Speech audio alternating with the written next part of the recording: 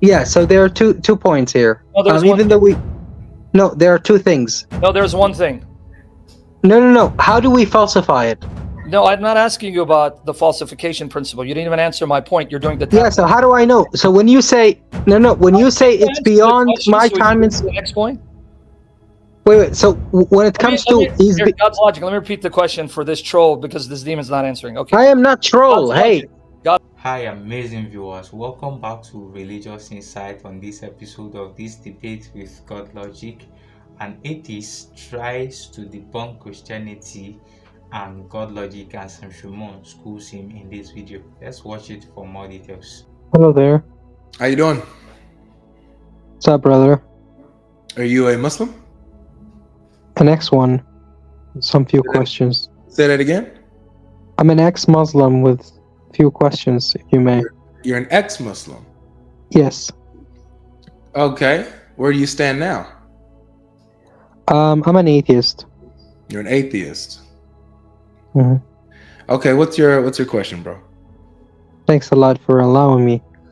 So I know that the general idea about by the way, I'm from Saudi Arabia. So English is not my first language, but I could try. Anyway, moving on to the question. So I know that who God is three persons. What God is, that's one essence, right? So the Father is not the Son is not the Holy Spirit is not the Father, like on like a personal level, but they share the same divine essence. Now my question is the Father the Son in essence? No. When you say is the Father the Son, you're talking about persons. They just share the same essence, as you greatly you just but I mean, so the Father is not the Son in essence. Well, that's a wrong question. The Father and the Son, you're talking about persons. You're talking about hypostasis. So they are not the same hypostasis. They are the same essence, though. Yeah, so they're the same essence, meaning, so the essence itself as a being isn't considered Father or Son or or Holy Spirit. These things, these persons are just coming out of, emerging from the essence. So the essence itself is as separate from the Father, the Son, and the Holy Spirit, right? Well, no, really you have a distinction between what a being or essence is and then personhood or hypostasis. So that's where within your question you're conflating the two. So no, what I mean is I know that the Father is not the Son. I mean, each of them is self-identified, self-recognized that he is not the other person. Just I'm well aware of it. Just to make sure, like, so you said you're an ex-Muslim, so you don't believe Muhammad's a prophet? No. So you can say right now that Muhammad is a false prophet? I could say he's a pedophile. Oh, yeah. You for sure ain't a Muslim. All right. Yeah. Okay, so yeah, so you have the distinction between the essence and the hypostases, the essence and the persons, and you have, you're not gonna say, oh, so is the Father the Son in essence? No, you don't. That's not what you say. You have this Father, Son, and Holy Spirit that share the same divine essence. The Father begets the Son, and the Spirit proceeds out of the Father's essence. So really, you can have what is the monarchical Trinity. So, did the Son emerge from the Father? Was he somehow, just to simplify it? He's brought forth, like he's begotten from the Father. He's brought forth from the Father's essence. So just to put it on a human, like within the limitation of human logic, just to oversimplify it, in that sense, we could say that the Son used to be inside of the Father, just to, No, this portray an image. This is an eternal generation. It's as if, like, how the sun brings forth light automatically. Like, that's just what, like, the sun in the sky, like, it brings forth light, right? Automatically. Now imagine if you have an eternal sun. If the sun is always there, then it's always bringing forth light. So there's not a time where light is not being brought forth. It's an eternal generation. Okay, so when it comes to the mind, like the control of God, it's shared among them. It's within the essence, right? It's not something within the Father himself, right? It's in the essence. Well, the essence belongs to the Father and is shared or attributed to the Son and the Spirit as well. So, what's up, Sam? Yeah, I want to call this guy out. So his questioning, I have a good sense of discernment. My friend, why are you so concerned about the logical consistency of the Trinity? If the Trinity is logically consistent, would you accept the Trinity? Well, it's not about the logical. I was just trying to understand it. No, when I'm it comes, asking you, my question is specific, because now I'm going to see if you're sincere, if you're just putting on a facade. Because, to me, people are guilty until proven innocent. But to my friend, people are innocent until proven guilty. If the Trinity is logically consistent, will you accept the Trinity? acceptance, and when it comes to what? To logically accept God it? exists, and that the triune God exists, and Jesus is your God and judge? Well, accepting it logically doesn't mean that God exists. These are two separate Would you things. So, accept that the triune God exists if it makes logical? Stop the tap dance. This is the third time I asked you the question. these two things got nothing to do with one another. You and I both know that. I'm going to ask it a fourth time. Since your argument is based on the logical coherence of the Trinity, if it's shown to be logically coherent, you're just admitting you still wouldn't accept it. So why are you asking? I wasn't trying to defy or to get this gotcha moment when it comes to logical. I was just trying to understand the Trinity and the connection. Let me ask it a fifth time. Here, let me ask God's logic. Maybe I'll let him answer. No, for no, you. you don't need to ask me the fifth time. I mean, I already answered you the first time. Why are you asking whether the Trinity is logically consistent if it has no bearing on you accepting the reality of the Trinity? So I was just trying to understand the Trinity when it comes to from the Christian perspective. That's all. Okay. So if someone ask it a sixth time, brother, maybe you said English is not your first language. If you're asking about the logical coherence of the Trinity, I'm presuming it's because you want to see if it's sound, because that would lead you to accept the Trinity. Yes or no? It's I would say one step ahead towards that direction, maybe. Now we're getting closer. Okay. Number two, whether someone can provide a logically coherent model of the Trinity, because if you've been following the arguments, which you have, because I can hear you've been listening to debates, Christians have tried to come up with different models trying to show the logical coherence of the Trinity.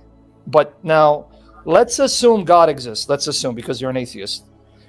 If God does exist, and he's unlike anything in creation, and he's a being that defies our mode of existence, would it be logical for us to assume there are things about God we won't fully comprehend? That is possible, but why would it only be possible if God created time, space, and place, which means he exists before time, space, and place, which means he's unlike anything in creation? But that doesn't make sense when you say before time and space. Doesn't make sense to who? You're not to the you. Standard of logic. Or No, that's not what I'm saying. What I'm saying is you said that he existed before time. So what does that mean? Because unless you're God, I'm going to have to use language that has temporal modifiers. You want me to get technical? Sans time. You want to sound intelligent? You know what I meant. Stop the game. Let me ask you again. If God created time, space, and place, and from your maggot brain, your peon brain, you cannot help but speak of that relationship in temporal language, that's why I said before, wouldn't that mean that God exists without time, space, and place, and therefore would be unlike anything in time, space, and place? Well, see, there we go with the well. If we're able to do that, we have two things. No, let me try. No, I'm not. No. Wait. So there are two things here. The question is, so there are two points here. No, there are two things. No, there's one thing. No. How do we falsify it? No, I'm not asking you about the falsification principle. You didn't even answer my point. You're doing the Yeah. So how do I know? So when you say when you say it's beyond my time and the next point. wait. So when it comes to God's logic, let me repeat the question for this troll because this demon's not answering. Okay. I am not troll. God's logic. Can I ask you the question? If we presume God exists and he created time, space, and place, that means God exists without time, space, and place. So would that mean that he's unlike anything within time, space, and place? God's logic? Yeah. You see how easy it is for him to answer? Tap dancer? Yeah, because he's Christian anyway. But what I'm saying is... You don't need to be a Christian. You just need to presume the argument for the argument's sake.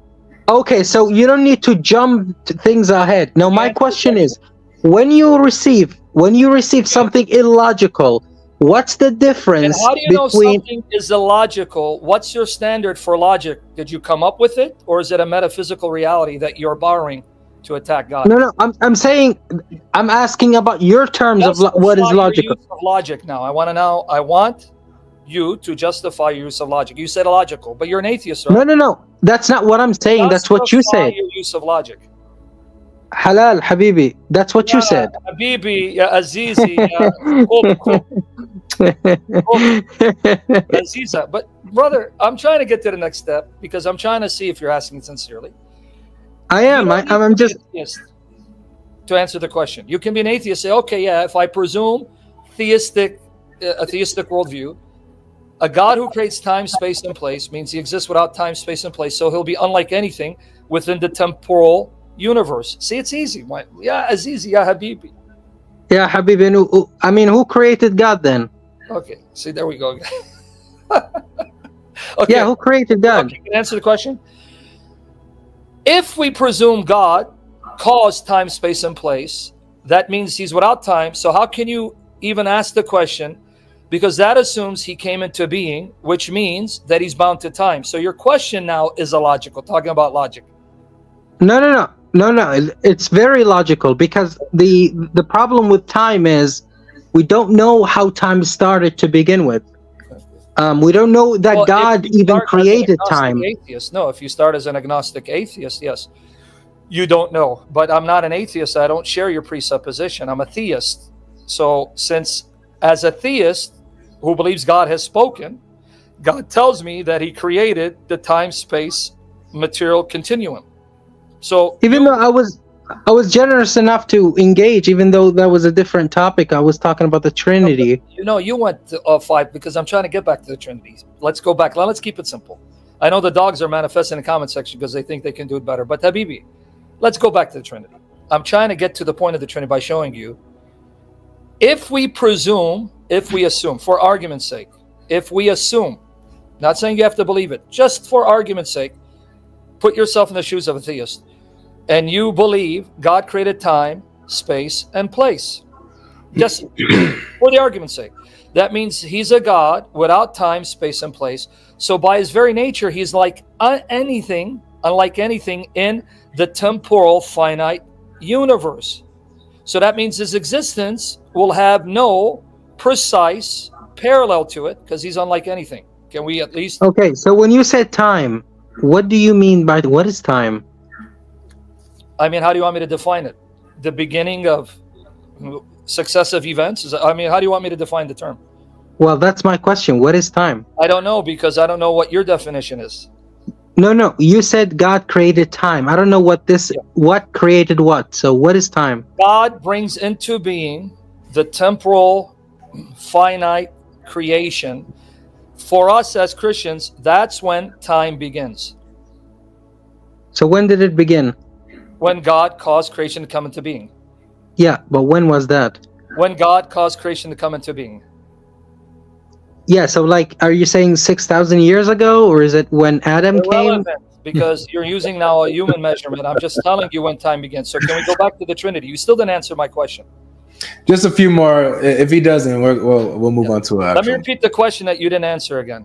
See, I tried 12 times, even though the dogs in the comment section are manifesting, thinking they know better and they can do a better job. Let me repeat the question 12 times. Okay, wait. Look, when you ask me, try to be respectful. Really, you need to be respectful when you speak to me. Are you going to answer the question or going to appeal to sympathy? Because it doesn't work with me.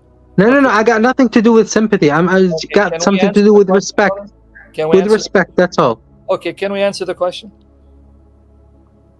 Okay, can I repeat it so we don't appeal to emotions? I know. So I'll give you a hug, Habibi. I'll kiss you, Habibi. All right. If we presume, I don't know. I don't know if I don't know if you're serious, if you're Hey, God trolling with Logic, this. what do you want to do, man? This guy doesn't want to answer Oh, questions. well, we're gonna go ahead and move on. We can move on. All right. God Logic, what about the Trinity? Yeah. We talked about We the didn't even get to the Trinity. Trinity. No, you did not. You. Hey, you'd be a good pole dancer. Anyway, brother, I'll be in the background listening, all right? All right, brother. Yeah, don't fall for the trick. This guy, you can tell, he's been listening to arguments against the Trinity from the Of course, Muslims. and that's where this stuff comes from. I ain't stupid. Okay, but I love you, brother. But I just want to do that because you got these Christians who think they're better than us, armchair quarterbacks. But I love you, brother. I'll be in the background. I got your back, homie. All right, man. All right, welcome back, guys. I believe you enjoyed watching this video. Let us know your views in the comment section. The guy claims to be an ex-Muslim but now an atheist because he lost his faith. The ex-Muslim guy questioned about whether the Father is the Son in essence reflects a misunderstanding of how essence, what God is, and personhood, who God is, are distinct in Trinitarian theology. The Trinity is the belief in one God existing in three persons, the Father, the Son, and the Holy Spirit, sharing same divine essence. When God is described as before time, it is a metaphorical way of saying that God exists outside the constraints of time and space, as time and space are created phenomena. And then he raised another important question, that who created God? This classic question challenges the idea of an unconscious creator. God, as defined in classical theism, exists outside time and is uncreated.